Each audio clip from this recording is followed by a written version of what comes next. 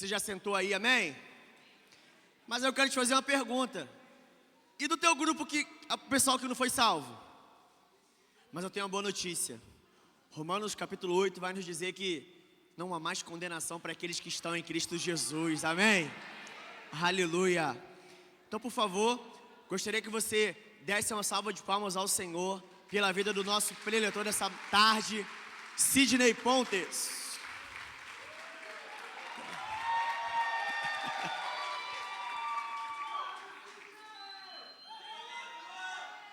Calma aí, deixa eu ver aqui, cadê? Eu não tô vendo. Cadê Renata? Vem, Rê. Pessoal, é o que vocês veem como é que o discipulado funciona? Essa galera que o Vasco, Sidney, é o que ele está cuidando, é a galera que ele discipula, viu? Aí, olha, chega numa hora dessa, é um orgulho, né?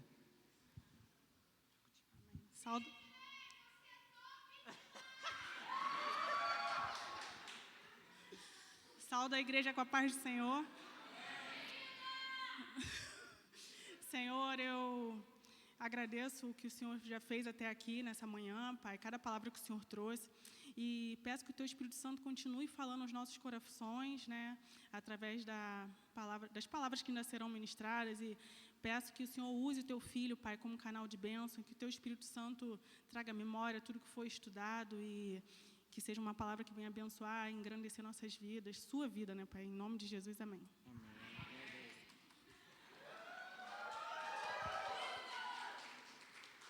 Paz, família, boa tarde. Vocês já me constrangeram. Também, na verdade, se eu estava tímido com vergonha, já acabou, né? Já foi o que foi. Louvo a Deus pela oportunidade, agradeço ao Senhor, né? Agradeço ao Elias, pastor João, pela confiança. Hoje estou mais nervoso, porque eu tenho, né, aqui amigos aqui, né, visitando a gente. Já são de casa, na verdade, né? Tem nos abençoado lá com a igreja deles também. E estou aqui com essa missão, né? Veio para mim de falar sobre renúncias e o novo nascimento. E é interessante porque quem conhece a Renata, minha esposa, né, sabe que ela acabou de renunciar para subir até aqui. Porque a timidez dela é algo quase sobrenatural, né? Então, eu louvo a Deus, segunda vez que acontece isso com ela esse ano, quando o Elias falou com ela, na verdade, quando ela se ligou, que o Elias estava chamando, né, os maridos para orar, e agora, no caso, vai inverter. Ela já estava na hora do almoço com um semblante diferente. Falei, conheço, já está como, né? Falei, graças a Deus, isso aí, vai Deus, fala. Que fase. Irmãos, família, eu estou aqui para falar sobre renúncia e o novo nascimento. Tentar ser algo muito objetivo, daquilo que Deus colocou no meu coração. E eu já queria pedir a ajuda, né, dos meus irmãos lá da mídia para botar, para a gente já começar na palavra de Deus. Que aqui o foco é a palavra de Deus, né? Nós estamos falando sobre Jesus. Então, fomos apresentados, não que a gente não conhecesse, mas hoje ainda mais profundos em Jesus. Quem é Jesus, né? Entendemos que, por mais que a gente já saiba e veja isso a todo momento, é necessário servir, é necessário ser servo, porque o maior líder de toda a história é o maior servo de toda a história.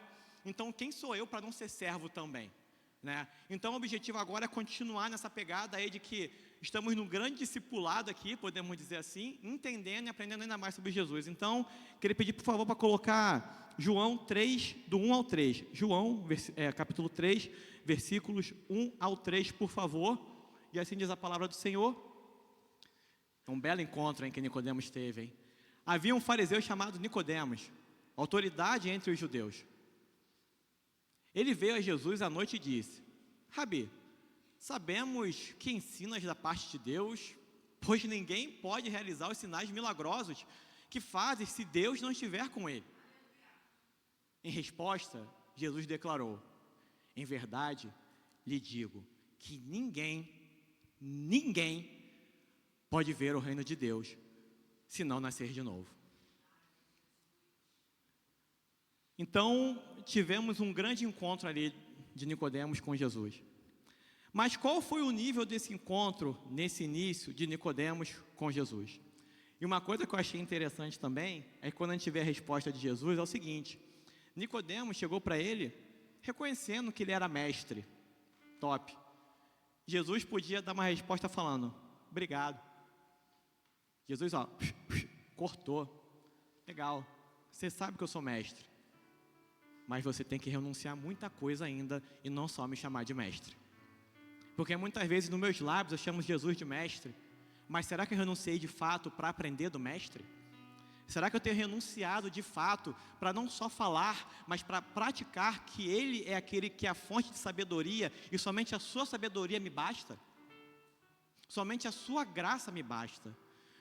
E aqui eu meditando, eu achei interessante porque Nicodemos, né, diferente dos demais fariseus, caraca, ele via Jesus, entendia que Jesus era alguém diferente, era um homem diferente. A preocupação de Nicodemos não era acusar Jesus, não era pegar Jesus, tentar fazer alguma coisa com Jesus, até porque não ia conseguir, mas ele estava curioso, né? Quem é esse homem? Se fosse no nosso tempo atual, quem é esse cara? Com todo respeito. Mas aí Nicodemos vai lá, e ele vai lá, e que importante, porque o nosso primeiro passo para uma renúncia é ir até o mestre. O mestre, o nosso Senhor Jesus, que tem os pés como de um latão reluzente, e os pés como de um latão reluzente, quer dizer que eu vou me ajoelhar, eu vou me quebrantar, eu vou olhar para esse pé, e o latão reluzente, ele vai refletir quem eu sou de verdade. O latão reluzente, ele reflete quem eu sou de verdade. Então não adianta nada eu chegar perante Jesus, chamando de mestre, chamando disso, chamando de aquilo, porque Ele não está preocupado com o meu elogio, Ele está preocupado com o meu coração de servo. Ele está preocupado com o meu coração de discípulo, com o meu coração que Ele fala e eu obedeço, com o meu coração que Ele fala, eu escuto e faço o mesmo. Como a irmã Adriana que falou, né, Paulo falou para olhar para ele, porque Cristo estava na vida dele. Cristo estava na vida dele, então o objetivo é esse, renúncia é isso. Por quê? Se olharem para mim, eu, Sidney, o velho Sidney, esquece. O velho Sidney não era para ser olhado, mas o novo Sidney é para ser olhado. O novo João, o novo Igor, a nova Tailine, a nova Renata, a nova Adriana, o novo Wilson, a nova Gina, todos vocês, novas criaturas, são para ser olhados e falar: ei, Jesus está na minha vida porque eu renunciei ao meu eu. Eu renunciei ao meu eu. Eu nasci de novo. Eu nasci de novo. No meu momento de oração, muito mais importante do que eu me prostrar, eu ficar de joelho prostrado, muito mais importante do que de repente eu ficar deitado, sentado, é o meu coração estar prostrado diante do meu Senhor. Senhor, Jesus não está preocupado com as minhas falas bonitas. Uma lágrima pode falar muito para Ele. Então se derrame diante do Senhor, faça como Nicodemos. Eu te pergunto, como você tem se achegado a Jesus? Será que é cheio do meu eu? Será que é cheio daquilo que eu acho que é certo e que é errado? Ei, me perdoa, mas vai se dar muito mal. Jesus não está se preocupando com aquilo que você acha certo ou errado. E nem está um pouco preocupado com os elogios, não. Não está. Ele não precisa. Ele precisa de discípulos capazes de fazer aquilo que Ele manda. Ele manda. Ele não pede. Uma grande dificuldade nossa de renunciar, a gente acha que Ele está pedindo. Ele manda, só que Ele manda com amor. E o amor, Ele sabe como falar. Só quem não tem amor não sabe como ouvir. Quem não vive em amor não vai saber como ouvir, porque vai achar que aquilo que ele está falando não serve e não presta para mim. Que renúncia há? Eu quero ouvir o que eu quero ouvir, não é assim que funciona. É por isso que muitos, quando Jesus estava ali falando, meteram um pé. Mas só Ele tem as palavras de vida eterna. E é por isso que estamos aqui hoje, porque nós sabemos que só Ele tem as palavras de vida eterna, e o mundo prega que não, que as palavras bonitas é ser feliz, independente do que você quer fazer, independente do que você acha, o importante é ser feliz. Mentira! Só que essa mentira está destruindo muitas pessoas. A gente fez aqui essa dinâmica. Será que temos nos preocupado com essas pessoas que estão condenadas? Será que temos nos preocupado em clamar por vidas? Será que temos nos preocupado em não só falar de mim? Será que eu penso no próximo? Será que eu entendo isso? E aí é interessante que quando nós somos confrontados pelo Senhor, pelo Espírito Santo, né? E eu imagino, e deu para ver, né, quando a gente vai vendo a história toda ali, como é que Nicodemos ele fica, como assim nascer de novo? Hã? Como assim? Então gerou nele o quê? Conflito interno, curiosidade, confusão de ideias. Porque aquele homem, Nicodemos, era um mestre da lei, mas tinha muito a aprender do Senhor. Ele enxergava Jesus, sabia que é Jesus, falava a Jesus: Senhor, eu sei que o Senhor é enviado de Deus, né? Eu sei porque aquilo que o Senhor faz, né, ninguém faz se não for enviado de Deus. Legal, mas Jesus é muito mais do que isso. Ele é o próprio Deus. Ele é o próprio Deus.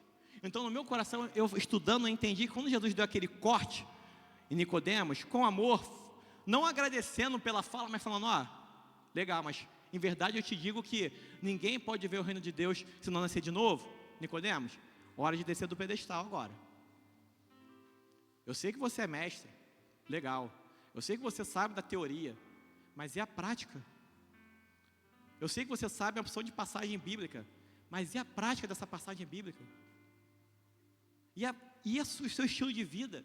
Você tem renunciado para viver como eu estou vivendo?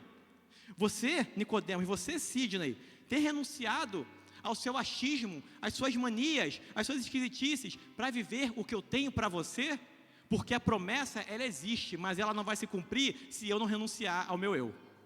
E aí muitas vezes eu quero falar o quê? Senhor, cadê a promessa? Nunca chega, nunca acontece. A culpa é dele? É mais fácil acusar ele do que eu me acusar. É mais fácil eu olhar para o espelho, tomar vergonha na cara e falar: cara, muda, do que... Isso é mais difícil do que... Mas é mais fácil acusar ele. É mais fácil duvidar dele.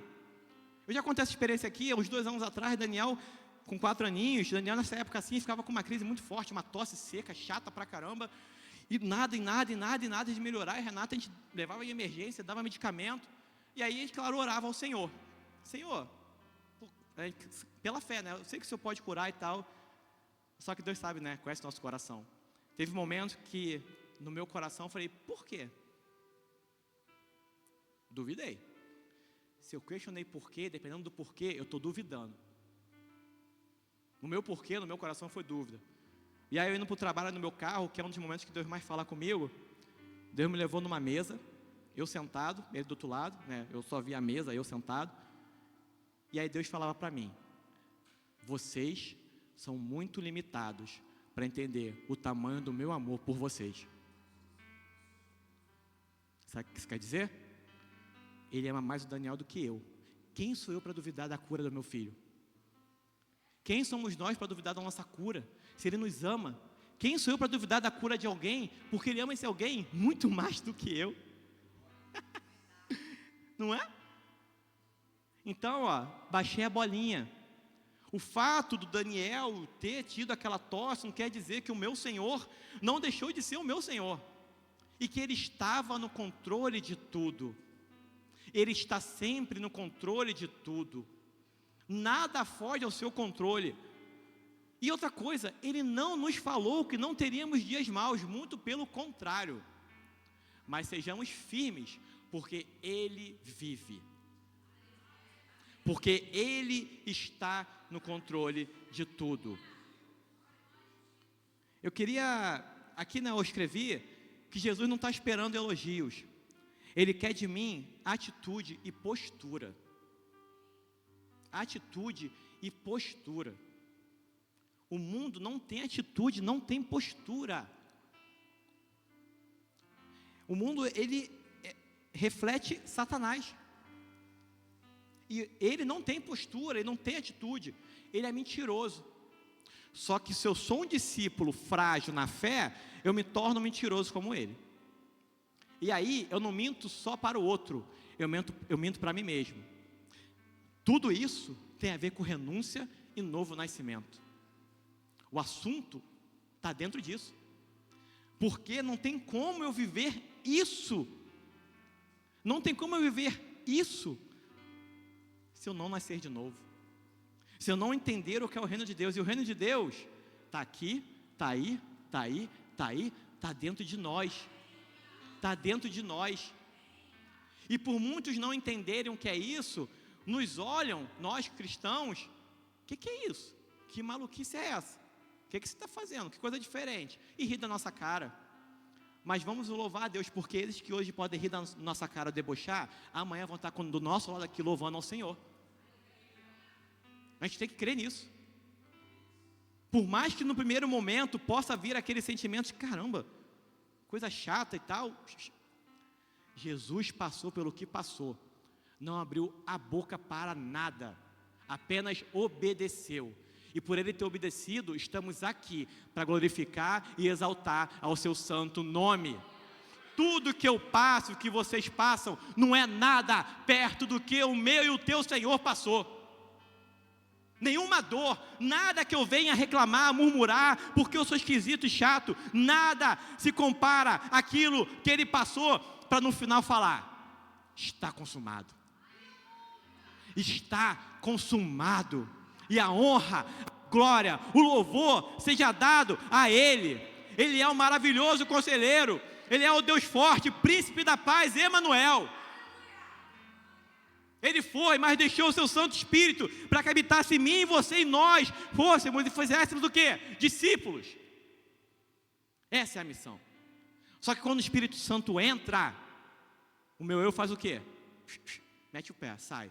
Se não esquece, não há conflito de interesses. Não há conflito de interesses. Os dois não podem habitar. Se minhas atitudes ainda não refletem o que é o Espírito Santo dentro de mim, sinto dizer para mim mesmo, e cada um reflita, que ainda tem algo aqui dentro para ser tirado. Por quê? E por que causa dor? Porque causa dor. Meu eu, pego alguma coisa e boto debaixo do tapete, mas a sujeira ainda está lá, debaixo do tapete. E tem uma hora que vai acumular tanto que vai vazar. Então vai voltar tudo. O que o Espírito Santo faz? Corta, tira. Vai tirar. E todo corte causa dor. E toda dor traz desconforto.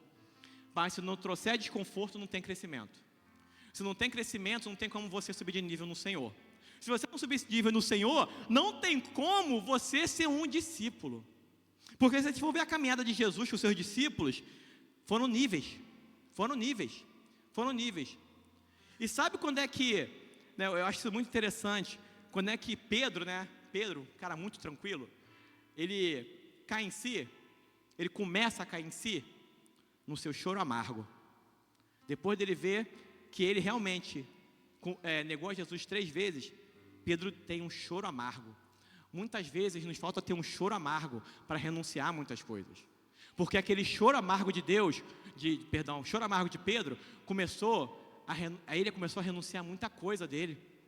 Muito achismo. Jesus, eu não. Ele só faltou falar assim, Jesus está maluco? Faltou só falar isso para Jesus. Eu fazer isso? Não, que isso? Não, eu ando contigo, ó, tete a tete, lado a lado. Choro amargo. Se a gente não teve um choro amargo ainda, eu já tive choros amargos. Se prepara, porque Deus vai te mover para você ter seu choro amargo. O choro amargo, ele traz o arrependimento. O choro amargo, ele traz uma nova página escrita na sua vida. Sem choro amargo não adianta. Interessante como é que Deus está fazendo, porque nada disso estava escrito aqui para mim. Graças a Deus, né, pastor? Que bom. E aí eu queria, seguir aqui, e acho muito interessante, se puder botar, por favor, meus irmãos, Mateus capítulo 8, a partir do versículo 5. Mateus 8, versículo 5, a gente vai ler do 5 ao 13. Por favor, Mateus 8, versículo 5. Amém, obrigado. Quando Jesus entrou em Cafarnaum, um centurião se dirigiu a ele pedindo-lhe ajuda. Ele disse: Senhor, o meu servo está em casa paralítico, em terrível sofrimento. Jesus lhe disse: eu irei curá-lo. O centurião respondeu: Senhor, eu não mereço receber-te debaixo do meu teto. Basta que digas uma palavra, e o meu servo vai ser curado. Pois eu também sou homem sujeito à autoridade, com soldados sob meu comando. Eu digo a um, vá, e ele vai. Eu digo a outro, venha, e ele vem. Eu digo ao meu servo, faça isto, e ele faz. Ao ouvir isso, Jesus admirou-se e disse aos que seguiam: em verdade lhe digo, que nem mesmo em Israel encontrei alguém com tamanha fé.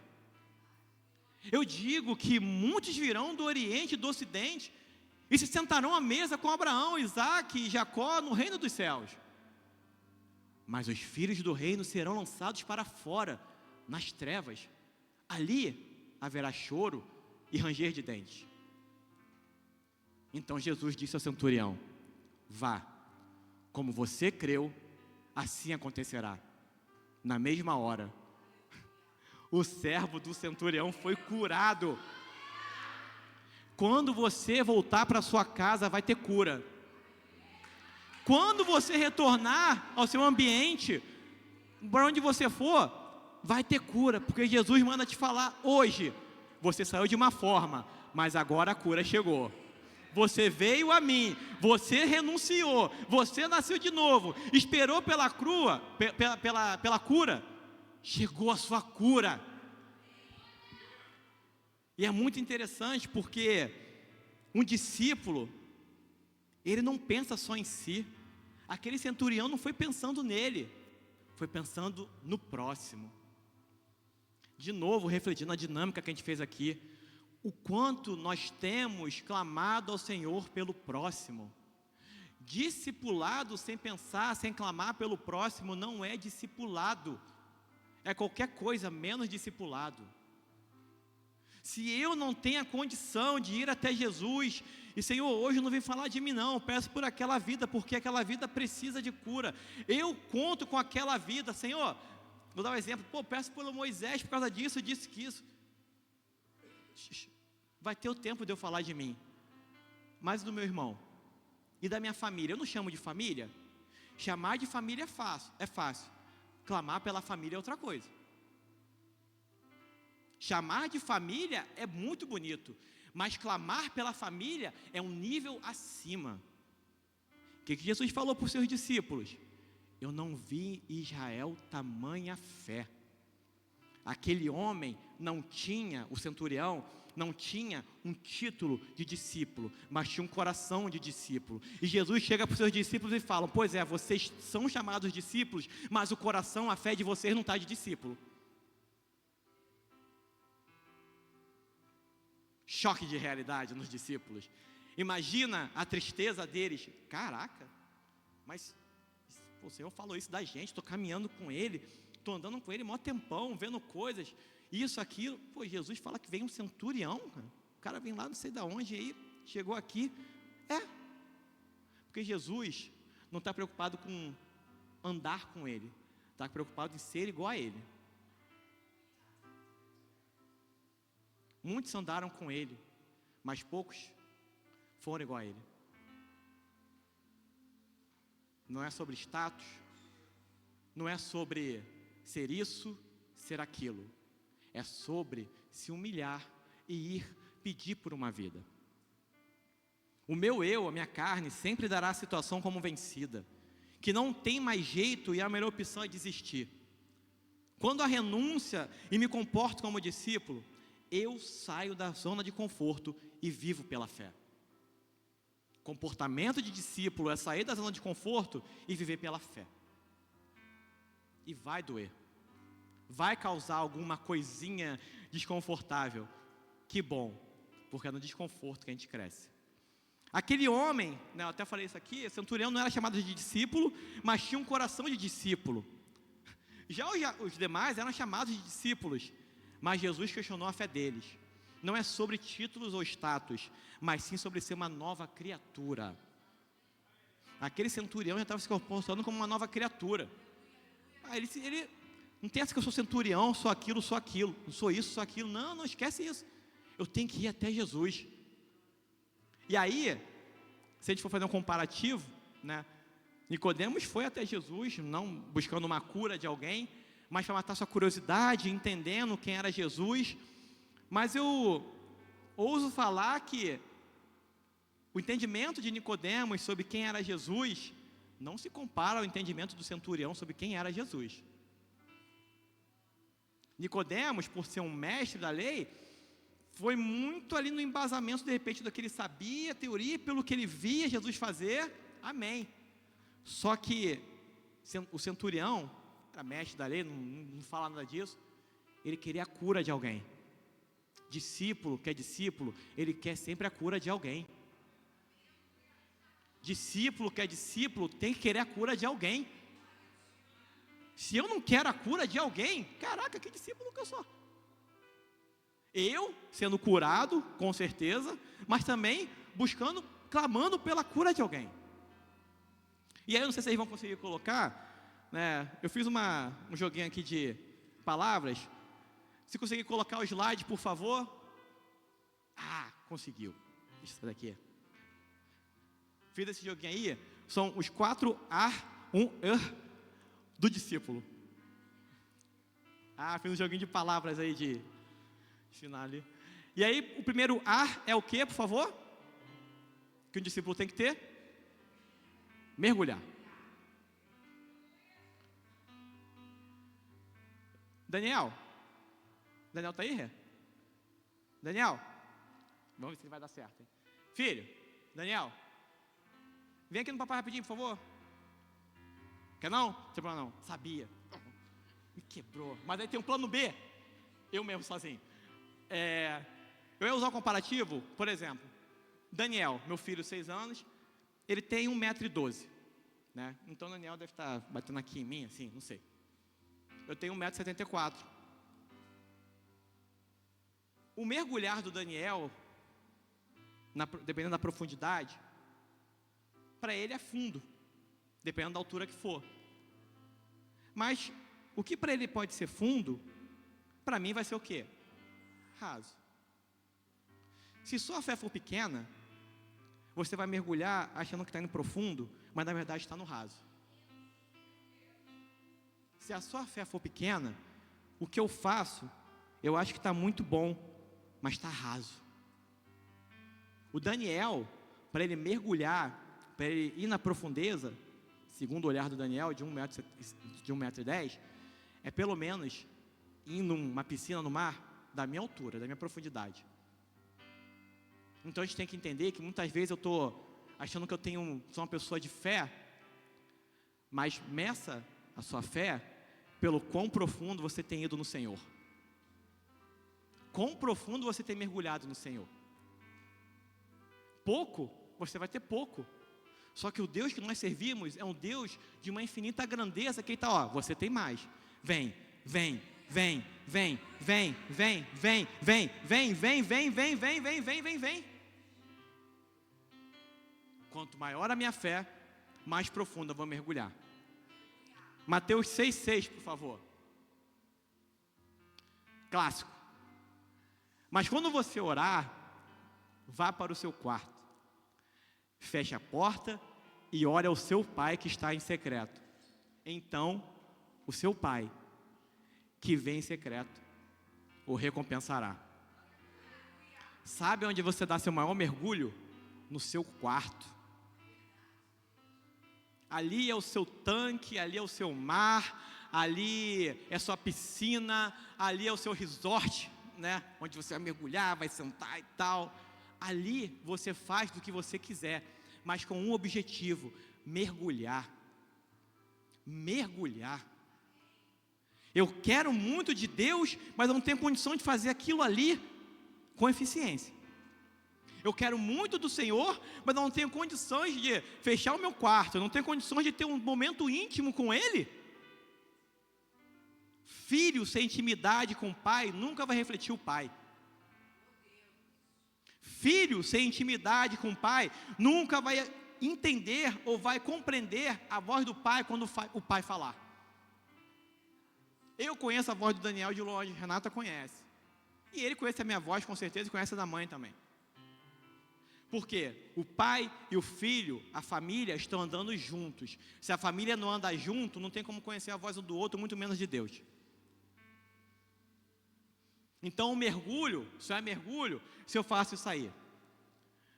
E aí para nós refletirmos, qual nível de profundidade eu quero ter com Deus? Qual nível de profundidade eu quero ter com Deus? Será que eu, Sidney, não tenho limitado o quanto Ele pode me oferecer? E aí é mais fácil, volto a repetir, eu culpar ao Senhor do que eu olhar para mim mesmo e falar, caramba, eu não estou fazendo isso direito. Ele não pede para você ir em lugar A, lugar B, lugar C. Ele pede para você ir para o seu quarto. É para o seu quarto. Olha que coisa. Para o mundo isso é doideira. É para o seu quarto. Cara. Você não precisa ir para. Né, nós vamos às vezes para lugares e tal, legal, mas quartel-general, sua casa, base, ali, ó, onde tem a base ali de comando, seu quarto. Ali que você vai, ó, direcionar. Ali que você vai colher. Ali que você vai plantar. Ali que você vai ouvir. Ali que você vai ser direcionado. Então temos que privilegiar o quarto. Por favor, segundo livro de Crônicas 7:14.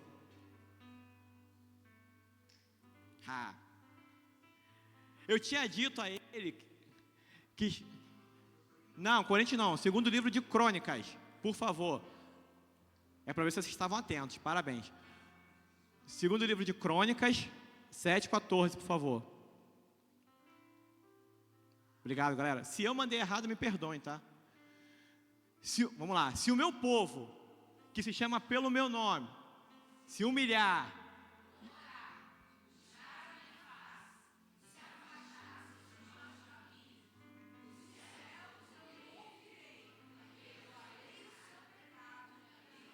glória a Deus! Pode aplaudir ao Senhor em nome de Jesus.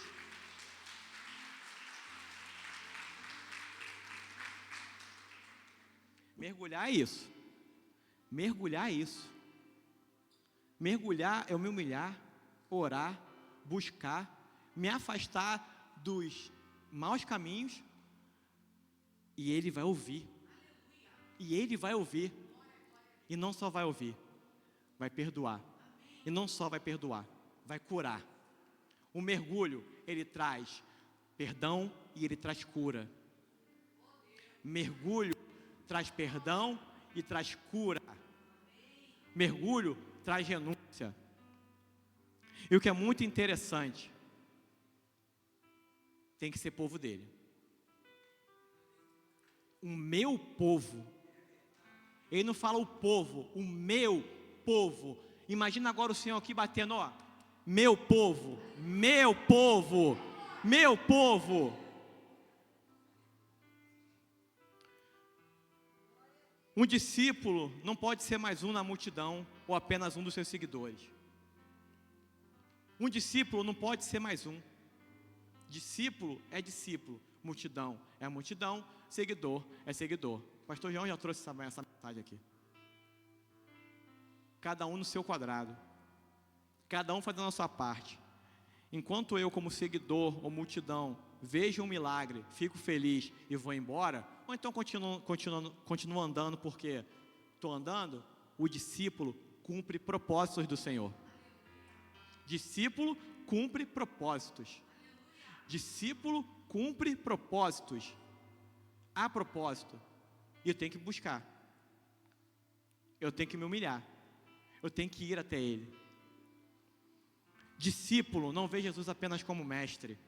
Mestre passa sabedoria, ensina respostas certas, mas não tem poder sobre a vida do outro, do aluno. Entenderam? Chamar Jesus de mestre não é errado. Só que a diferença de vê-lo só como mestre é que eu vou entender que ele está me ensinando, eu vou entender que ele está me orientando, está me mostrando as respostas certas, mas eu vou limitá-lo a isso. Faltou isso aqui, governar a minha vida. Só governa a minha vida quem é o Senhor da minha vida. Se Ele, além de mestre, é o meu Senhor, único Senhor e Salvador, aí sim, Ele é mestre porque Ele me ensina, porque Ele me orienta, porque eu obedeço, mas porque Ele governa a minha vida. Porque Ele manda eu ir para a esquerda, eu vou para a esquerda. Ele manda eu ir para a direita, eu vou para a direita. Ele manda eu ir para frente, eu vou para frente. Ele manda eu ficar, eu vou ficar. Eu vou ficar. João 17, 20 e 21, por favor. A minha oração não é apenas por eles. Peço também por aqueles que crerão em mim por meio da mensagem deles. Para que todos sejam um, Pai. Como Tu estás em mim e eu estou em Ti, que eles também estejam em nós. para que o mundo creia que tu me enviaste. Mergulhar nas águas do Senhor é ser um com Ele, é ser um entre nós e seguir firme. E é entender que quando verem nosso novo comportamento, entenderem quem eu sou, que eu sou uma nova criatura, vão ver que há um comigo, esse um com U maiúsculo, o nosso Senhor Jesus. Então nós, todos juntos, também refletimos ao Senhor. Discípulo é aquele que é íntimo de Jesus. Discípulo é íntimo de Jesus. E para encerrar a parte do mergulhar, quando a gente mergulha, o que é interessante? Quando a gente está debaixo d'água, a gente quase não escuta nada. Quando a gente está debaixo d'água, as coisas ficam abafadas, né? O som fica baixinho, você quase não escuta. Mergulhar abafa vozes. Mergulhar abafa vozes. Quantas vozes têm se levantado contra mim e a sua vida? E eu estou dando ouvidos por quê? Porque eu não estou mergulhando na profundidade do Senhor. Um Senhor que está super acessível a nós. Um mar de sabedoria, de conhecimento, que fala, vem, mergulha, que eu vou abafar essas vozes mentirosas que têm se levantado, falando que você não tem condição, falando que você não é capaz, falando que as coisas sobre mim não existem, falando que eu não vou voltar, falando que você tem tempo para curtir. Mentira! Mentira! Quantos e quantos têm se perdido porque acham que Jesus não volta mais porque está demorando? Mergulha e para de ouvir essas vozes. Mergulha e para de ouvir essas vozes. É isso. Aquele slide próximo, por favor. Agora é o slide, tá? Segundo A. Cuidar. Discípulo, que é discípulo, ele vai cuidar. Ainda em João 17, agora seguindo, versículos 22, 23, por favor. Digo-lhes a glória que me deste, dei-lhes a glória que me deste, para que eles sejam um como nós somos um. Eu neles e tu em mim. Que sejam levados à plena unidade, para que o mundo saiba que tu me enviaste e os amaste, assim como amaste a mim. Isso reflete o cuidado. Eu preciso querer cuidar de alguém. Um discípulo que é discípulo tem em mente a necessidade que, para cuidar, a unidade é necessária. Unidade sem cuidado não é unidade. Unidade onde não há cuidado mútuo não é unidade. É um ajuntamento. O Senhor não fala de ajuntamento, Ele não fala... Não, Ele fala de unidade, um com Ele, um entre vocês, e esse um entre nós é um cuidando do outro, entendendo a necessidade do outro. Um discípulo que é discípulo, ele entende isso. Um discípulo não vive em solidão. Satanás tem convencido pessoas que essa é a melhor saída, viver sozinho, estar sozinho. Mentira! Mentira! Quantas questões de suicídio temos visto? Pessoas com questão de depressão, questões psicológicas. Temos aqui o pastor Marco, que é dessa área. Quanta ansiedade. Irmãos, é um troço que está crescendo, está crescendo, está crescendo. Por quê? O convencimento é o seguinte: ninguém mais presta. Eu vou ficar comigo mesmo. Só que chega um ponto que nem eu consigo ficar comigo mesmo. Qual é a solução? Me matar. Acabou. Acabou. Resolvi a situação. Não tem mais dor. Acabou. Que mentira, cara. A gente quer resolver as coisas da nossa maneira, de qualquer jeito, sem pensar nas consequências. Lucas, capítulo 10, por favor, versículos 30 ao 35. Lucas 10, muito conhecido também. Lucas 10, 30 ao 35, por favor. Em resposta, Jesus disse: um homem descia de Jerusalém para Jericó, quando caiu nas mãos dos assaltantes. Estes lhe tiraram as roupas, espancaram-no e se foram, deixando-o quase morto. Coincidentemente, um sacerdote descia por aquela estrada e, tendo visto o homem, passou pelo outro lado. De igual modo, um levita, quando chegou ao lugar e o viu, passou pelo outro lado. Mas tinha um samaritano, um bom samaritano. Mas um samaritano, estando em viagem, chegou onde se encontrava um homem, e quando o viu, teve o que dele? Teve o quê? Próximo, por favor. Ele se aproximou, ele enfaixou as feridas, depois de derramar vinho e óleo nelas. Então colocou sobre o seu próprio animal, levou-o para uma hospedaria e cuidou dele.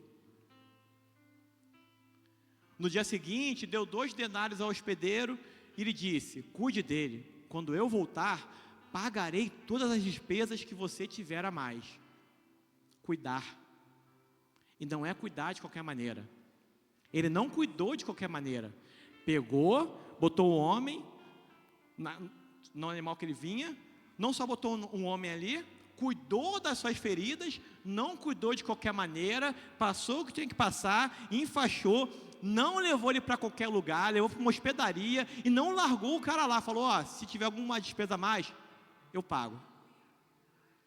Porque às vezes a gente quer cuidar e cuidar de qualquer maneira. Faz isso não, cara. Fala assim: tá ruim para mim, Senhor. Primeiro eu preciso ser cuidado. Aí depois eu começo a cuidar de alguém. Isso não é feio, não. Isso é um ato assim de dignidade. Covardia é pegar alguém para cuidar e cuidar de qualquer maneira. Aí é um ato de covardia da minha parte. Sabe, o Senhor nos ensinou, cara. Não tem mistério. Se é para cuidar, cuida com amor. Cuida como se fosse para o Senhor. É para o Senhor. É uma vida. É por alguém que Ele naquela cruz também derramou o seu sangue. Entenderam? A profundidade que é.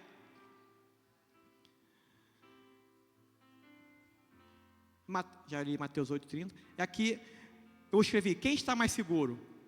Um soldado sozinho em meio a um terreno minado, ou um exército caminhando junto, onde cada um terá sua função, inclusive para mostrar onde estão as armadilhas do inimigo? Quem tem mais condições de sobrevivência? Um soldado sozinho ou um exército caminhando junto? Cada um com as suas funções. Não pisa aqui não, vai dar ruim. Não pisa aqui não. Pega esse caminho, pega o outro. Se eu for sozinho, a chance de eu morrer no primeiro passo é grande. E muitos morrem porque querem ir sozinhos, porque não querem ser cuidados. Para um discípulo, cuidar jamais vai ser de qualquer jeito. Se é para fazer, faz direito como para Deus. Para um discípulo, porque um discípulo sabe o que que o maior preço por aquela vida já foi pago na cruz. Então falamos de mergulhar, de cuidar. Próximo slide, por favor. Se humilhar. Terceiro A. Se humilhar. Por favor, Filipenses 2, 5-8.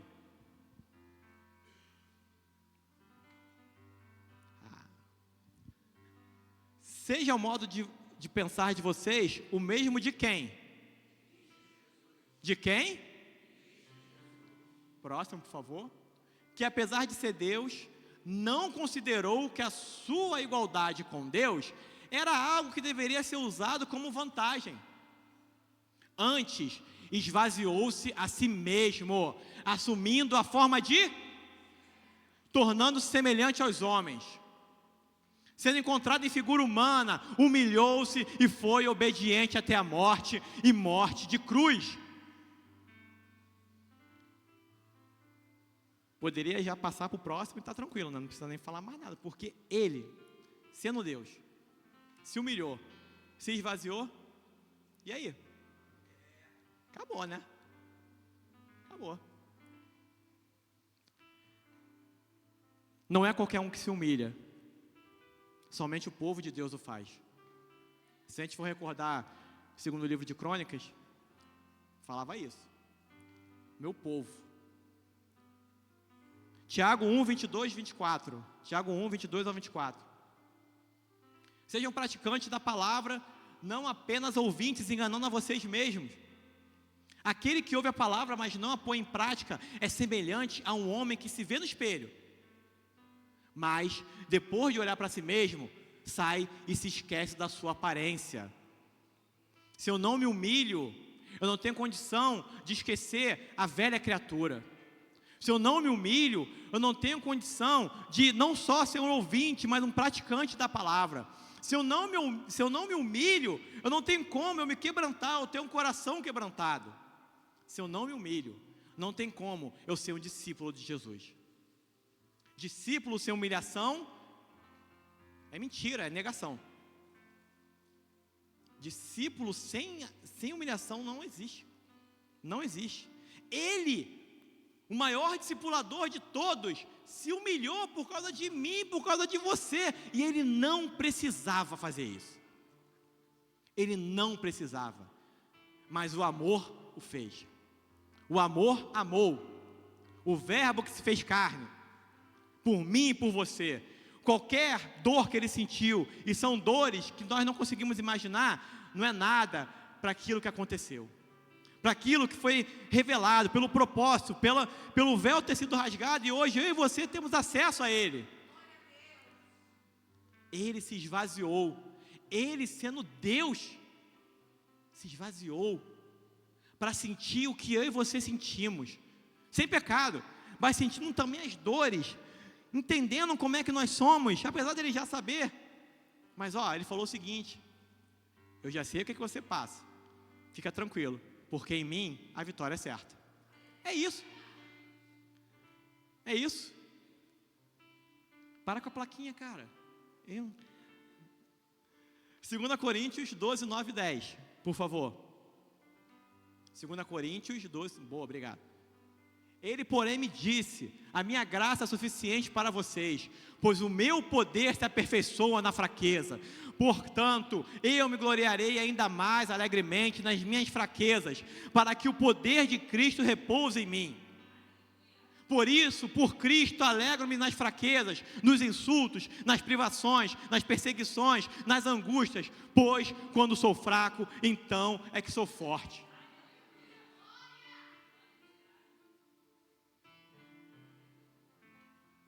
A graça dele nos basta. A sua graça nos basta. A sua graça nos basta. A sua graça nos basta. A sua graça nos basta. A sua graça nos basta. O favor imerecido. A sua graça nos basta. Obrigado, Senhor. Obrigado por me mostrar como eu sou falho, fraco e pecador. E eu não sou nada se não for o Senhor. Se humilhar é entender que eu necessito de uma paternidade espiritual. Porque meu pai espiritual, ele vai ser aquele homem, aquele líder, que vai me direcionar abaixo de Deus, porque eu vejo nele o próprio Senhor.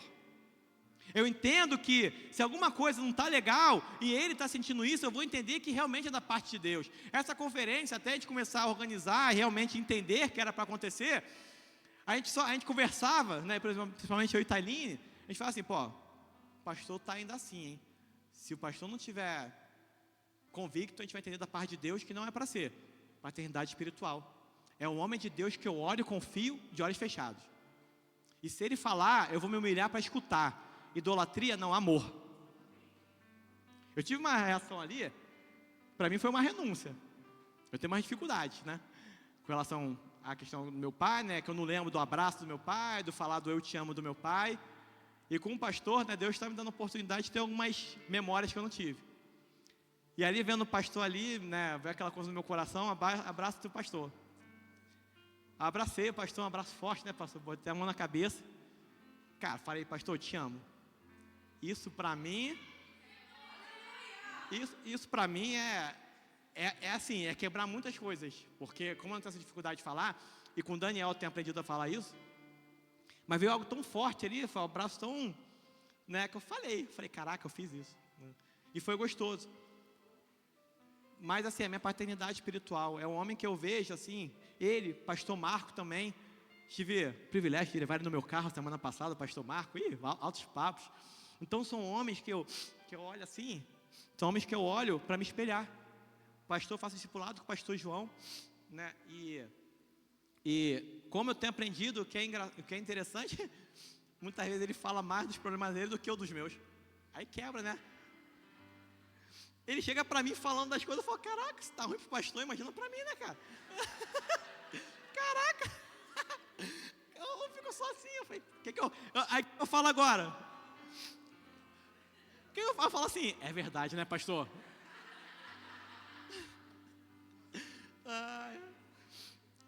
Mas assim, é um homem, né, que tem a direção de Deus. Os homens que têm a direção de Deus para a minha vida. Que eu olho, eu vejo, eu entendo que há uma direção de verdade. Então, para eu entender isso, eu tenho que me humilhar. Porque qual é a lógica? Eu olhar, ele vai falar e eu vou questionar. Se eu sou um questionador, eu não sou um discípulo. Discípulo não questiona, discípulo obedece. Discípulo, não interessa se está na minha vontade ou não, problema meu. Obediência, se humilha.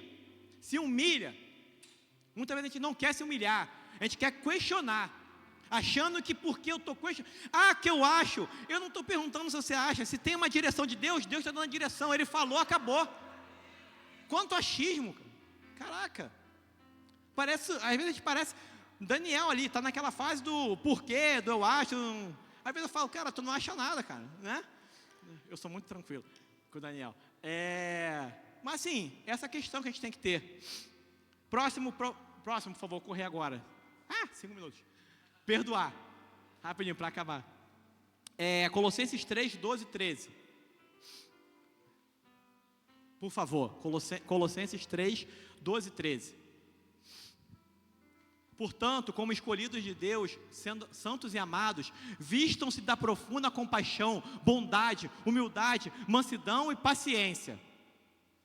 Suportem uns aos outros e perdoem as queixas que tiverem uns contra os outros.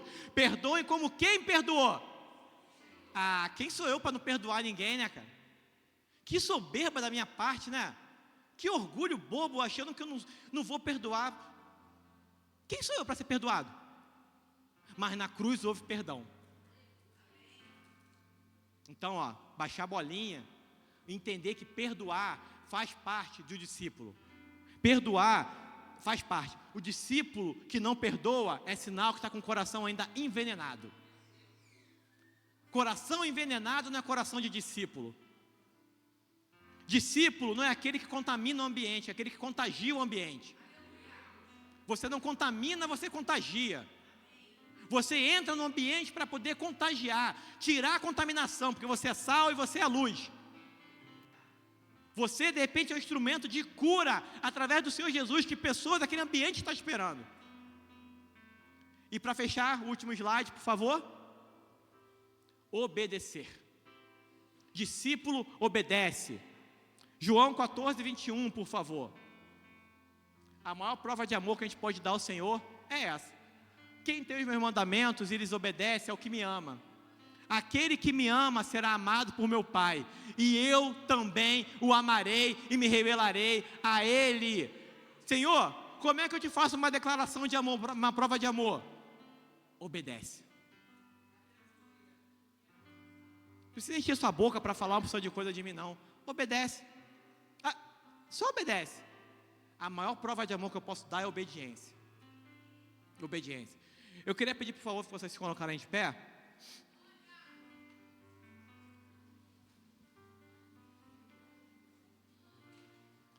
Eu queria que vocês, por favor, colocassem a mão no coração de vocês.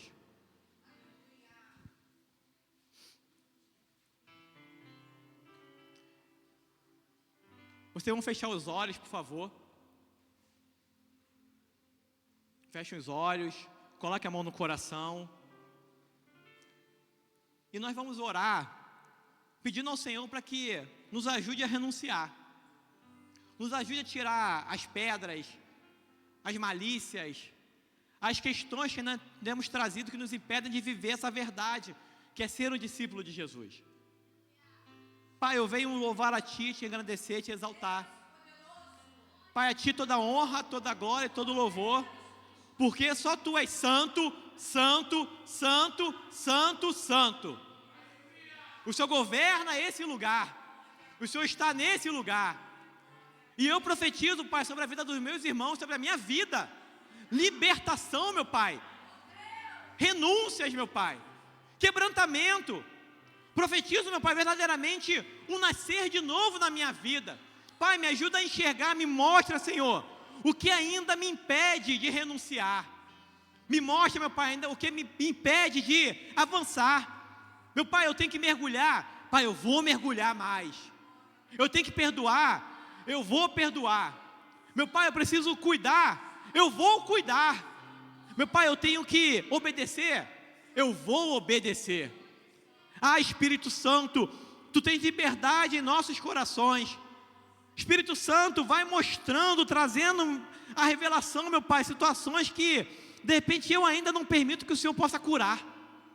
Situações, meu Pai, que eu acho que está tudo bem, está tudo certo, porque eu não quero renunciar. Mas nesse dia, Pai, em nome de Jesus, chega na minha vida a renúncia.